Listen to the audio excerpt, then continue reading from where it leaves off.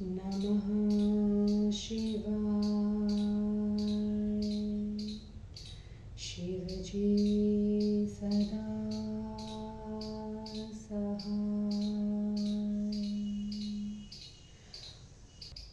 ॐ नमः शिवाय। गुरुजी सदा सहाय। जय गुरुजी। अथ श्री वामन पुराणं द्विसप्तः अध्यायः। नारद उवाच यद मे भवता प्रोक्ता मरुतोदिति जोत्तमा तथा केन पूर्वमासन वैमरुङ्गामार्गेण कथ्यतां पूर्वमन्वन्तरेष्वेव समतीतेषु सत्तम केत्वासन् वायुमार्गस्थास्तन्मे व्याख्यातुमर्हसि। पुलत्स्य उवाच श्रूयतां पूर्वमरुताम् उत्पत्तिं कथयामि ते स्वायम्भुवं समारभ्य यावन्मन्वन्तरं त्विदं स्वायम्भुवस्य पुत्रो भून्मनोन्नाम प्रियव्रतः तस्यासीत् सवनोनां पुत्रस्त्रैलोक्यपूजितः स चानपत्यो देवर्षे नृपः प्रेतगतिं गतः ततोरुदत्त तस्य पत्नी सुदेवा शोकविह्वला न ददाति तदा दग्धुं समालिङ्ग्य स्थिता पतिं नाथ नाथेति बहुशो विलपन्ति त्वनाथवत् तामन्तरिक्षादशरीरिणी वाक् प्रोवाच महाराजवपत्नी हरोदिः यदस्ति ते सत्यमनुत्तमं तदा भवद्वयं ते पतिना सहाग्निः सा तां वाणीमन्तरिक्षानिशम्य प्रोवाच तेनं राजपुत्री सुदेवा शोचाम्यनं पार्थिवं पुत्रहीनं नैवात्मनं मन्दभाग्यं विहङ्ग सोऽथा ब्रवीन्मारुदस्वायताक्षी पुत्रास्त्ववोत्तो भूमिपालस्य सप्त भविष्यन्ति वह्निमारोह शीघ्रं सत्यं प्रोक्तं श्रद्धत्स्व त्वमध सञ्चिन्तयन्ती ज्वलनं प्रपन्ना ततो मुहूर्तान् नृपतिः श्रियायुधः समुत्तस्थो सहितो भार्ययासो खमुत्पत्पाताथ स कामचारी समं महिष्या च सूनाभपुत्र्या तस्याम्बरे नारदपार्थिवस्य जाता रजोगा महिषी तु गच्छतः स दिव्ययोगात् प्रतिसंस्थितोऽम्बरे भार्या सहायो दिवसानि पञ्च ततस्तु षष्ठे हनि पार्थिवेन ऋतुर्नवन्द्योदभवेद्विचिन्त्य रराम तन्व्या सह कामचारी ततोऽम्बरात् प्राच्यवतास्य शुक्रं शुक्रोत्सवसाने तु नृपतिर्भार्यया सह जगामदिव्यया गत्या ब्रह्मलोकं तपोधन तदम्बरात् प्रचलितमर्भ्रवर्ण शुक्रं समाना नलिनीव पुष्मति चित्रा विशाला हरितालिनी च सप्तर्षिपल्यो ददृशुर्यतेच्छया तददष्ट्वा पुष्करे नस्त्वं प्रत्यच्छन्त तपोधन मन्यमानास्तदमृतं सदा यौवनलिप्सया ततः स्नात्वा च विधिवत् सम्पूज्य तान् नीचान् पतीन् पतिभिः समनुज्ञातः पपुः पुष्करसंस्थितम्। तच्छुक्रं पार्थिवेन्द्रस्य मन्यमानास्तदावृतं पीतमात्रेण शुक्रेण पार्थिवेन्द्रोद्भवेन् ताः ब्रह्मतेजोविहीनास्ता जाताः पल्यस्तपस्विनां ततस्तु तत्यजुः सर्वे सदोषात्साश्च पन्थ्ययः सुषुवुः सप्ततनयान् रुदतो भरवं मुने तेषां रुदितशब्देन सर्वमापूरितं जगत् अथा जगाम भगवान् ब्रह्मालोकपितामहः समभ्येत्याब्रवीद् बालान् मारुतध्वं महाबलः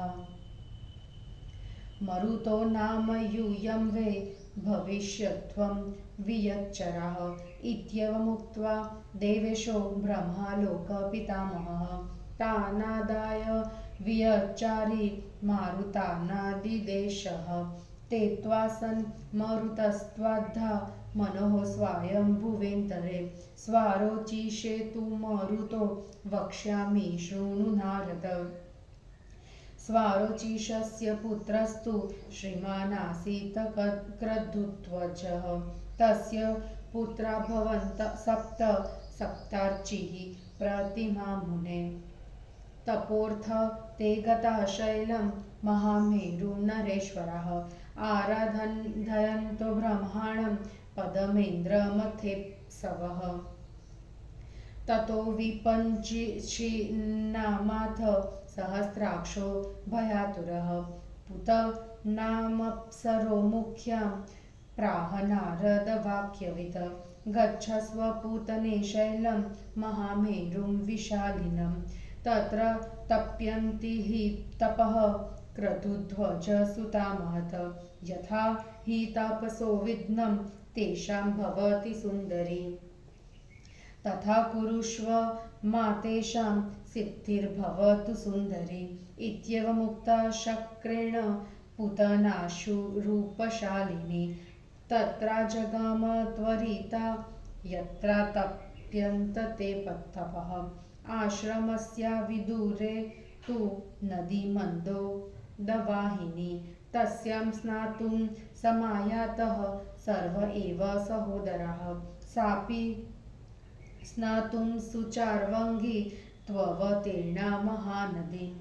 ददृशुस्ते नृपः स्नातां ततश्चुक्षुभिरे मुने तेषां च प्राच्यवच्छुक्रं तत्पत्पौ जलचारिणी शखिनी ग्राहमुख्यस्य महाशख्यस्य वल्लभा तेऽपि विभ्रष्टतपसो जग्मुराज्यं तु पैतृकम् सा चाप्सराः शक्रमेत्य याथा तथ्यं न्यवेदयत ततो बहुतिथे काले साग्राही शङ्खरूपिणी समुदद्रुता महाजालैर्मत्स्यबन्धेन मानिनी स तां दृष्ट्वा महाशङ्खीं स्थलस्थां मत्स्यजीविकः निवेदयामास तदा क्रतुध्वज सुतेष्वे तथाभ्येत्य महात्मानो योगिनो योगधारिणः नीत्वा स्वमन्दिरं सर्वे पुरवाप्यां समुत्सृजन् ततः क्रमाच्छखिनी सा सुषुवे सप्तवेशिषून् जातमात्रेषु पुत्रेषु मोक्षभावमगाच्छता अमातृपितृका बाला जलमध्यविहारिणी स्तन्यार्थिनो वे रुरुदुरथ अभ्यागात पितामह मारुदध्वमितीत्याह मरुतो नाम पुत्रका यूयं देवा भविष्यध्वं वायुस्कन्धविचारिणः इत्येवमुक्त्वा थादाय सर्वास्तान् दैवतान् प्रति नियोज्य च मरुन्मार्गे वैराजं भवनं गतः एवमासंश्व मरुतो मनोः स्वारोचिषेन्तरे उत्तमे मरुतो ये च ताच्छृणुष्व तपोधन उत्तमस्यान्वयाये तु राजासिन्निषधाधिपः वपुष्मानीति विख्यातो वपुषा भास्करो मपः तस्य पुत्रो गुणश्रेष्ठो ज्योतिष्मान् धार्मिको भवत स पुत्रार्थी तपस्तेपे नदीं मन्दाकिनी मनु तस्य भार्या च शुश्रोणी देवाचार्यसुता शुभा तपश्चरणयुक्तस्य बभूव परिचारिका सा स्वयं फलपुष्पाम्बु असिद्मुकुक्षं समाहरत चकार पद्मपत्राक्षी सम्यक् चातिथिपूजनं पतिं शुश्रूषमाणा सा कृशाधमनिसन्तता तेजोयुक्ता सुचार्वङ्गी दृष्ट्वा सप्तर्षिभिर्वने तां तथा चारु सर्वाङ्गीं दृष्ट्वा तपसा कृशां पप्रच्छुस्तपसोहेतुं तस्यास्तद्भर्तुरेव च साब्रवीत तनयार्थाय आवाभ्यां वै तपः क्रिया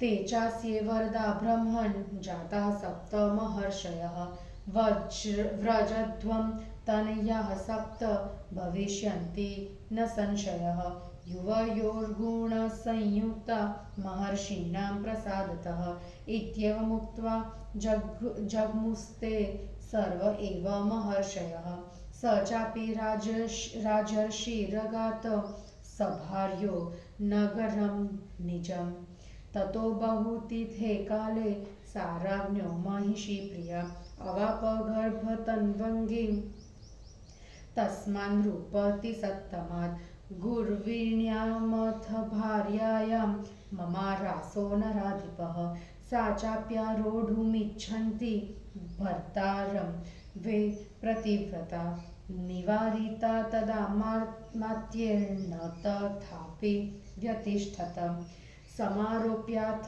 भर्तारं चितायामारुहच्च सा ततोऽग्निमध्यात् सलिले मांसपेश्य पतन्मुने सांभसा सुखशीतेन संसिता सप्तधाभवत् ते जायन्ताथ मरुत उत्तमस्यान्तरे मनोः तामसस्यान्तरे ये च मरुतोऽभ्यभवन् पुरा तानहं कीर्तयिष्यामि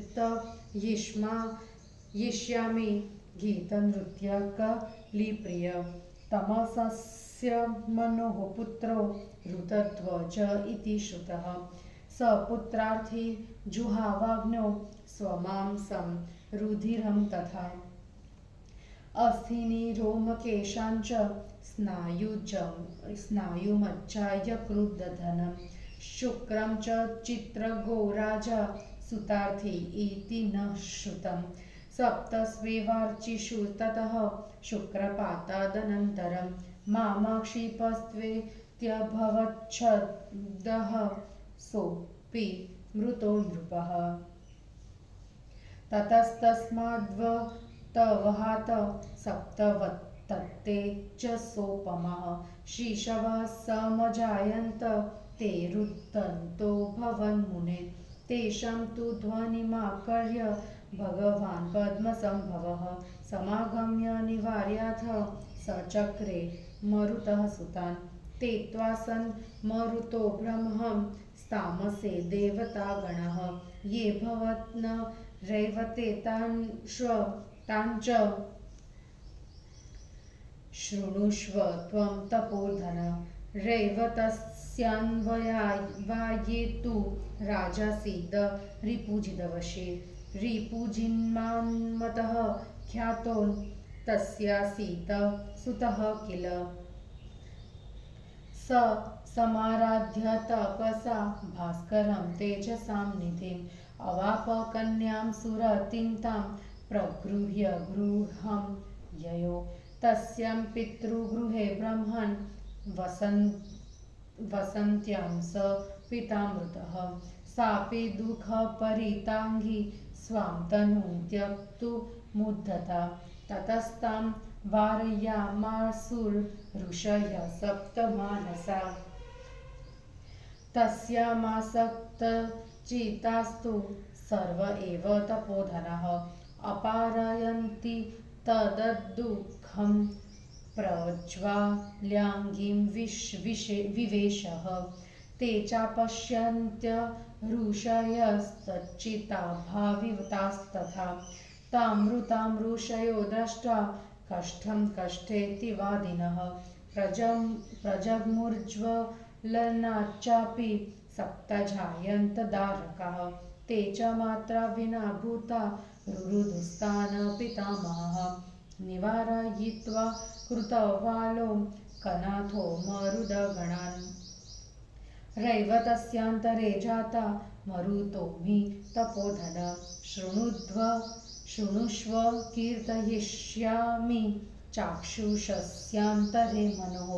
आसीन्मङ्कीर्ति ख्यातस्तपस्वी सत्यवाक्शुचिः सप्तसारस्वते तीर्थे सोत्तप्यत महत्तपः विन्नाथ तस्य तुषिता देवाः सम्प्रेषयन् वपुं सा चाभ्येत्य नदीतीरे क्षोभयामास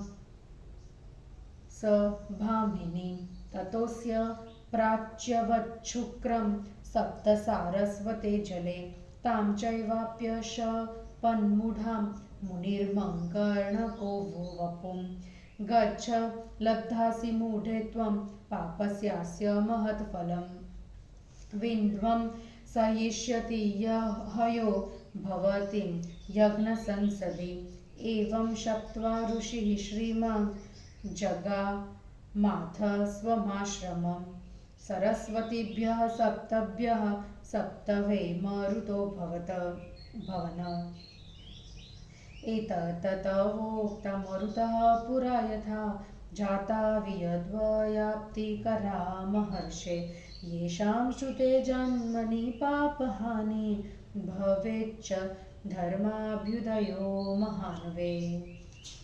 हिंदी अनुवाद। स्वयंभुव स्वारोचिष उत्तम तामस रैवत चाक्षुष मनवंतरों के मरुद्रण की उत्पत्ति का वर्णन। नारद जी ने कहा, पुलत्स्य जी, आपने दिति से उत्पन्न उत्तम मरुद्रणों का जो वर्णन किया उसके विषय में यह कहिए कि पहले वे मरुद किस मार्ग में अवस्थित थे। सत्तम, आप मुझे विशेष रूप से यह बतलाइए कि पूर्व मनवंतर के बीच जाने पर कौन मरुद वायु मार्ग में स्थित थे। पुलत्स्य जी बोले, नारद जी, स्वयंभुव मनवंतर से लेकर इस मनवंतर तक के पहले तक के मरुद्रणों की उत्पत्ति आपसे कहता हूँ, उसे सुनिए। स्वयंभुव मनु के पुत्र का नाम प्रियव्रत था। तीनों लोकों में सत्कार प्राप्त सवन उन प्रियव्रत के पुत्र थे। देवर्षि वे राजा पुत्रहीन की मृत्यु को प्राप्त हो गए। उसके बाद उनकी सुदेवा नाम की पत्नी शोक से विह्वल होकर रोने लगी। उसने उस मृत शरीर को दाह संस्कार करने के लिए नहीं दिया। पति के गले से लिपटी हुई वह हा नाथ कहती हुई असहाय की भांति अत्यधिक विलाप करने लगी। उस समय आकाश से अशरीरिणी वाणी ने उससे कहा, राजपत्नी, तुम रो मत। यदि तुम्हारा सत्य पति सेवा व्रत श्रेष्ठ है तो यह अग्निपति के साथ तुम्हारे हित के लिए हो। आकाश से हुई उस वाणी को सुनकर राजपुत्री सुदेवा ने कहा, आकाशचारिण, मैं इस सूतहीन राजा के लिए सोच कर रही हूँ, न कि अपने दुर्भाग्य के लिए। उस आकाशवाणी ने फिर कहा, विशाल नयने, तुम रो मत। तुम्हारे गर्भ से जो राजा को 7 पुत्र हुए तुम शीघ्र चिता पर चढ़ जाओ, मैं सच कहता हूँ, इस पर तुम आज विश्वास करो। आकाशचारी के ऐसा कहने पर उस बाला ने श्रेष्ठ पति को चिता पर रखा और पति का ध्यान करती हुई जलती चिता में प्रवेश कर वह पतिव्रता अग्नि की शरण में चली गई, जल मरी। उसके बाद क्षण भर में शोभा से संपन्न वह राजा पत्नी के साथ उठा और सुनाभ की पुत्री अपनी राज रानी के साथ आकाश में जाकर स्वच्छंदता से भ्रमण करने गया। नारद जी आकाश में जाते हुए इस राजा की रानी रजस्वला हो गई। वह राजा दिव्य योग से आकाश में भार्या सुदेवा के साथ 5 दिनों तक कहा। उसके बाद छठे दिन आज ऋतु व्यर्थ न हो जाए ऐसा सोचकर कामचारी राजा भार्या के साथ विहार करने लगा। उसके बाद आकाश से उसका शुक्र स्खलित हो गया। तपोधन शुक्र त्याग करने के पश्चात राजा पत्नी के साथ दिव्य गति से ब्रह्मलोक को चला गया।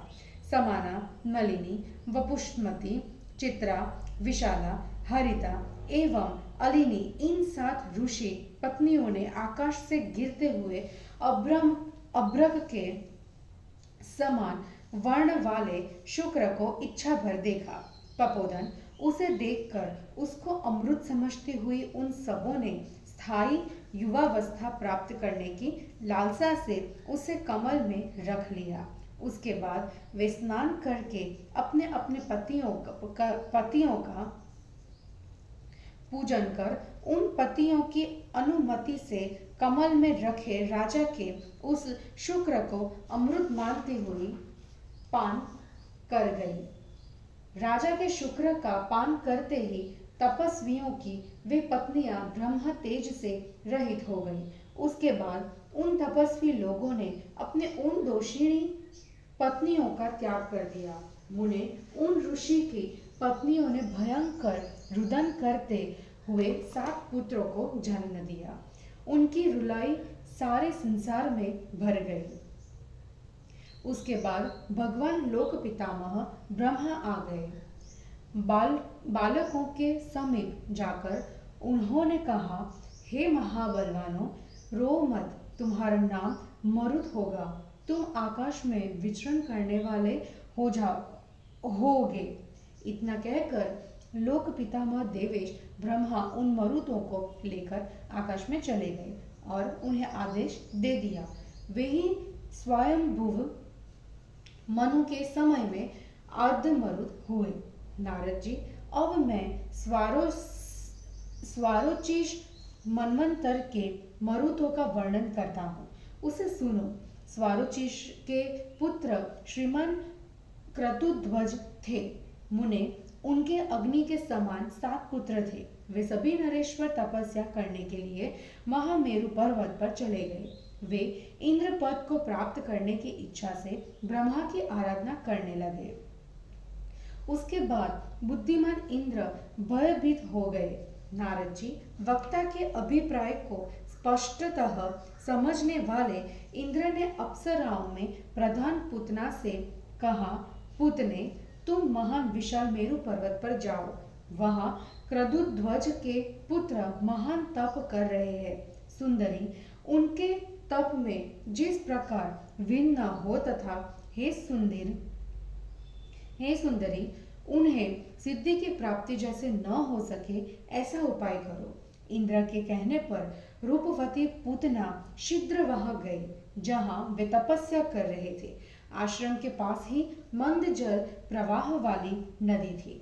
सभी सगे भाई उस नदी में स्नान करने के लिए आए। वहां सुंदरी भी स्नान करने के लिए उस महानदी में उतरे। मुने, उन राजपुत्रों ने स्नान करती हुई उस पूतना को देखा और वे क्षुभित हो गए। परिणामतः उनका शुक्रपात हो गया। मछलियों में प्रधान महाशंख की प्रिया शंखिनी ने उसे पी लिया। तप के भ्रष्ट हो जाने पर वे भी अपने पिता के राज्य में चले गए। उस अप्सरा ने भी इंद्र के पास जाकर उनसे सत्य तथ्य को बतला दिया। उसके बाद बहुत समय के पश्चात किसी धीवर ने महाजाल द्वारा उस शंख रूपिणी मानिनी बड़ी मछली को पकड़ लिया। मछली से जीवन का निर्वाह करने वाले धीवर ने भूमि पर पड़ी हुई उस महाशंखी को देखकर क्रतुध्वज के पुत्रों से निवेदित किया। योग को धारण करने वाले वे महात्मा योगी उसके निकट गए। उन सभी ने उसको अपने घर लाकर नगर के तालाब में छोड़ दिया। उस शंखिनी ने क्रमशः 7 पुत्रों को जन्म दिया। पुत्रों का जन्म होते ही वह शंखिनी संसार से विदा हो गई। अब बिना माता पिता के वे बालक जल में विचरण करने लगे। दूध के लिए वे विलखने लगे। उस समय वहां पितामह आ गए। उन्होंने मत रो ऐसा कहा, इसलिए उनका नाम मरुत हुआ। तुम लोग वायु के कंधे पर विचरण करने वाले देवता होगे। यह कहने के बाद वे उन सभी देवताओं को ले जाकर उन्हें वायु मार्ग में नियुक्त कर ब्रह्मलोक को चले गए। इस प्रकार स्वारोचिष मनु के समय में मरुत हुए। तपोधन उत्तम मनवंतर में जो मरुत थे, अब उनके विषय में सुनिए। उत्तम के वंश में शरीर से सूर्य के सदृश वपुष्मान नाम के प्रसिद्ध निषदों के एक राजा थे। उनका उत्तम गुणों वाला ज्योतिष्मान नाम का एक धार्मिक पुत्र था। वह पुत्र की कामना से मंदाकिनी नदी के किनारे तपस्या करने लगे।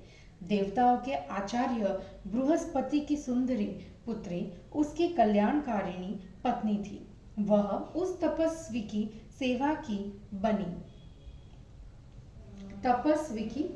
बनी। वह स्वयं फल, पुष्प, जल, समिधा एवं कुश लाती थी। कमल दल के समान नयनों वाली वह अच्छी तरह अतिथियों का सत्कार करती थी। पति की सेवा करते हुए उसका शरीर दुबला हो गया तथा नाड़ियां दिखाई देने लगी। सप्तर्षियों ने उस तेजस्विनी सर्वांग सुंदरी को वन में देखा। तब से दुर्बल उस सर्वांग सुंदरी को देखकर उन लोगों ने उसकी तथा उसके पति की तपस्या का कारण पूछा। उसने कहा, हम दोनों पुत्र के लिए तप कर रहे हैं। ब्रह्मन 7 महर्षियों ने उसे वर दिया, तुम जाओ, महर्षियों की कृपा से तुम दोनों को निसंदेह 7 गुणवान पुत्र होंगे। इस प्रकार कहकर वे सभी महर्षि चले गए। वे राजर्षि भी अपनी पत्नी के सहित नगर में गए। उसके बाद बहुत समय बीत जाने पर राजा की उस प्रिय रानी ने उन नृपति श्रेष्ठ से गर्भ धारण किया। भार्या के गर्भिणी होने पर वे राजा संसार से चल बसे। उस पतिव्रता ने अपने पति के साथ चिता पर आरूढ़ होने की इच्छा की। मंत्रियों ने उसे रोका, परंतु वह रुकी नहीं। पति को चिता पर रखकर वह भी उस पर चढ़ गई। मुने उसके बाद अग्नि के बीच से जल में एक मांसपेशी गिरी। अत्यंत शीतल जल से संसिक्त होने पर वह मांसपेशी 7 टुकड़ों में अलग अलग हो गई। वे ही टुकड़े उत्तम मनु के काल में मरुत हुए। हे गीत नृत्य कलिप्रिय नारद जी, पहले तामस मनवंतर में जो मरुत हुए, अब मैं उनका वर्णन करूंगा। तामस मनु के पुत्र ऋतध्वज नाम से विख्यात थे। उन्होंने पुत्र की अभिलाषा से अग्नि में अपने शरीर के मांस और रक्त का हवन किया। हम लोगों ने सुना है कि पुत्र के अभिलाषी उन राजा ने अस्थि, रोम, केश, स्नायु, मज्जा, यकृत और घने शुक्र की अग्नि में आहुति दी। उसके बाद सातों अग्नियों में शुक्रपात होने पर मत फेंको इस प्रकार का शब्द होने लगे। वे राजा भी मर गए। मुने, उसके बाद उस अग्नि से 7 तेजस्वी शिशु उत्पन्न हुए और वे रोने लगे।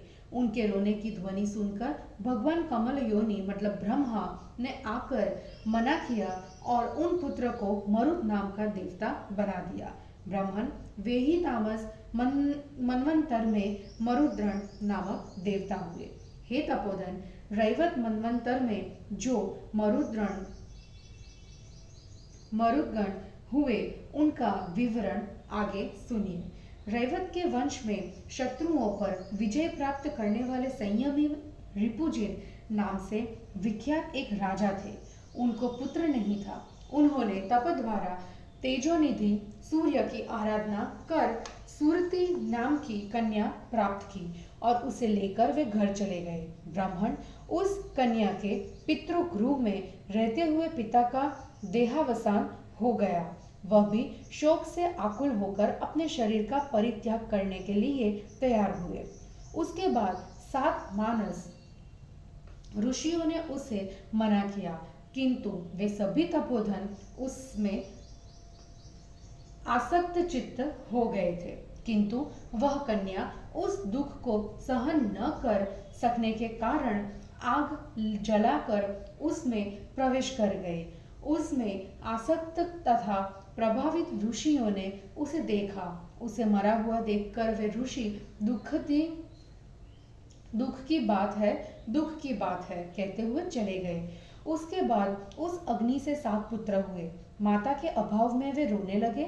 लोकनाथ पितामह ब्रह्मा ने उन्हें रोने से रोककर मरुदगण का पद दे दिया। तपोधन वे ही रैवत मनवंतर में मरुदगण हुए। अब मैं चाक्षुष मनु के काल के मरुदगणों का वर्णन करूंगा, उसे सुनिए। मंकी नाम से विख्यात सत्यवादी और पवित्र एक तपस्वी थे। उन्होंने सप्त सारस्वती तीर्थ में महान तप किया था। देवताओं ने उनकी तपस्या में विघ्न डालने के लिए वपु नाम की अप्सरा को भेजा। उस भामिनी ने नदी के किनारे आकर मुनि को क्षोभित कर दिया। उसके बाद उनका शुक्र च्युत होकर सप्त सारस्वत के जल में गिर गया। मुनि मंकण के उस मूढ़ा वपु को भी शाप दे दिया। हे मूढ़े, चली जाओ, तुम इस पाप का दारुण फल प्राप्त करोगी। यज्ञ संसद में तुमको अश्व विध्वस्त करेगा। श्रीमान ऋषि इस प्रकार शाप देकर अपने आश्रम में चले गए। उसके बाद सप्त सरस्वतियों से 7 मरुद उत्पन्न हुए। महर्षि, पूर्व काल में आकाशव्यापी मरुदगण जिस प्रकार उत्पन्न हुए थे उसे मैंने आपसे कहा। इनका वर्णन सुनने से पाप का नाश तथा धर्म का महान अभ्युदय होता है। और इस प्रकार श्री वामन पुराण में 72वां अध्याय समाप्त हुआ। जय गुरु जी।